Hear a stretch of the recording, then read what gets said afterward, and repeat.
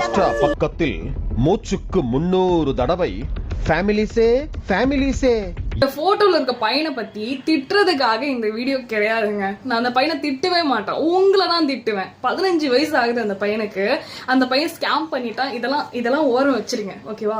காசு விஷயத்துல கூட நம்ம பார்த்து பழகுறவங்களே நம்ம வந்து நம்ப மாட்டோம். கரெக்ட் தானே? யாரோ ஒரு பையன் எங்கேயோ இருந்து வீடியோ போட்டுட்டு இருக்கான், அந்த பையன் ஒரு ஃபேமஸா இருக்கு, நான் பணக்காரன் ஆயிடுவேன் அப்படின்ற ஒரு நம்பிக்கையில வந்து நீங்க காசு அமுச்சு விட்டீங்களா? இந்த கேள்விக்கு பதில் சொல்லுங்களேன்.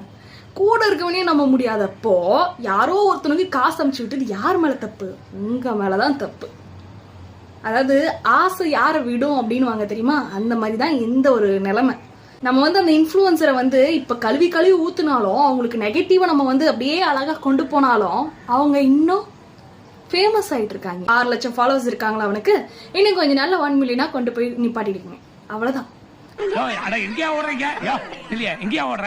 உனக்கு சொல்லக்கூடாது, இருந்தாலும் சொல்றேன். நம்ம குன்ன இல்ல, அவன் அந்த சாமியார் மலையை தூக்க போறானையா. விளையாடுறீங்களா? என்னது விளையாடுனா? ஊரே அந்த பக்கம் தான் திரண்டு நிக்குது. ஆளுக்கு 10 ரூபா டிக்கெட் வேற. பணத்தை கொடு. இந்த